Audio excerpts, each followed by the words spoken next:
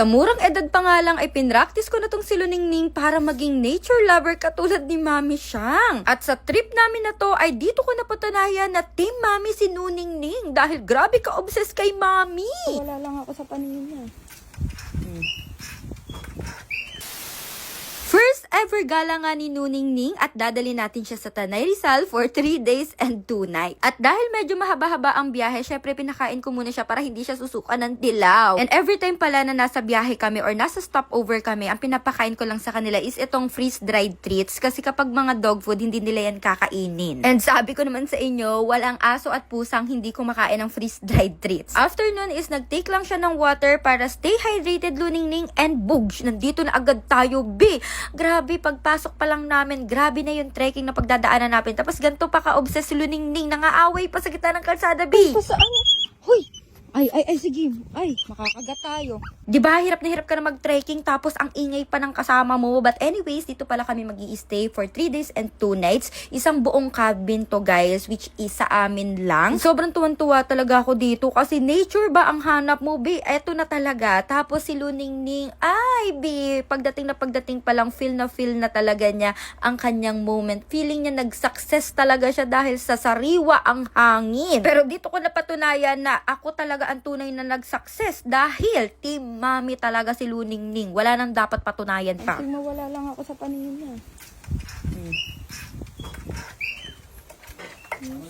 Ganyan siya every time na magsi-CR ako, mawawala ako sa paningin niya. Hindi siya matutulog kung wala ako sa tabi niya. Ganun siya ka-obsessed kay Mami. Ay, huyo ka ngayon, malditang Zoe. Nahanap mo ng katapat mo. Sa first day namin, finil lang din talaga namin yung moment. Nag-bonfire lang kami dyan. But anyways, kasama ko po pala yung mga balikbayan kong tita and tito. And sila yung pinaka-mahalagang tao sa buhay ni Mami Siyang. Then dito naman sa second day, mahaba-habang araw to dahil magne-nature trip at mag-iilog na si Luningning kaya kailangan mag-heavy meal siya. And alam nyo na yan, Chukoy at Luningning, ang mga bisyo niyan ay magpasubo kay Mami. And then after kumain, nag-moment lang kami dito, nagpahangin. Kasi maaga pa to guys, siguro mga around 6:30 AM pa lang yan. So hinayaan ko lang din talaga si Luningning maglakad-lakad at para makatubol na. Nakakaloka si Luningning dahil nga walang aircon sa cabin. Nung nakatikim siya ng aircon dito sa sasakyan, babe, bulagta. Akala mo naman talaga pagod na pagod sa maghapon pero wala pa naman siyang ginagawa. At anyways, pupunta pala kami dito sa Tinipak River dito sa may Tanay Rizal. So meron namang parking lot dito, merong short orientation,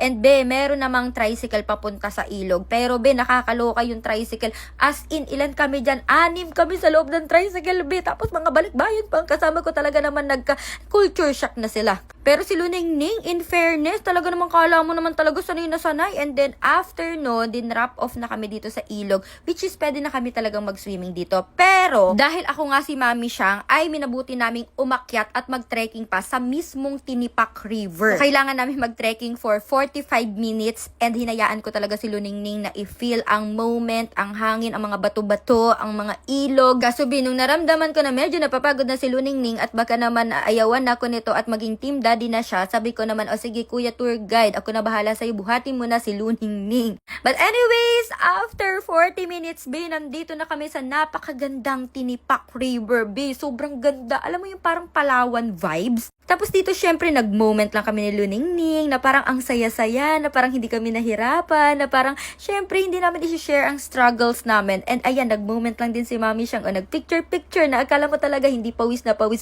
Ang asim ko niyan, sa totoo lang talaga namang pawis na pawis kasi ako. Tapos ito si Luningning, guys. And finally, magsuswimming na tayo dahil nga sobrang init is perfect talaga yung river. Ito yung gusto ko, yung nag-trekking ka, tapos maliligo ka sa malamig na tubig ng river. Sobrang sarap, guys. And natural born swimmer talaga ang mga dogs, no? Kasi kita nyo, first time ni Luningning, pero ang galing niya agad lumangoy, as in. Feeling ko naman nag-enjoy si Luningning sa first time niyang paggala. And sa mga nagtatanong naman, bakit hindi kasama si Chukoy? Ingat na ingat talaga ako kay Chukoy, guys. And don't worry dahil April is first birthday naman nila. And for sure, igagala ko tong dalawang magkapatid with Mami Cookie. And sa dami ko na napuntang ilog, guys, I must say na sobrang ganda ng Tinipak River. Sobrang worth it yung pagod, yung pagpunta namin dito. And for sure, babalikan ko talaga tong ilog na to. And syempre, every gala namin is dala-dala namin tong Jigglypuff 2-in-1 shampoo and conditioner. Dahil dito na din sa ilog lalaban si Luningning.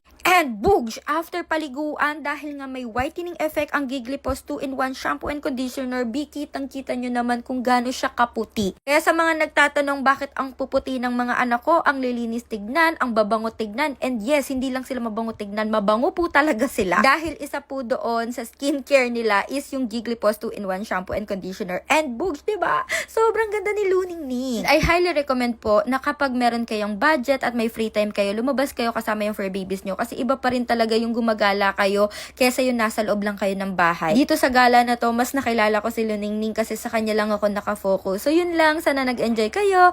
Bye-bye!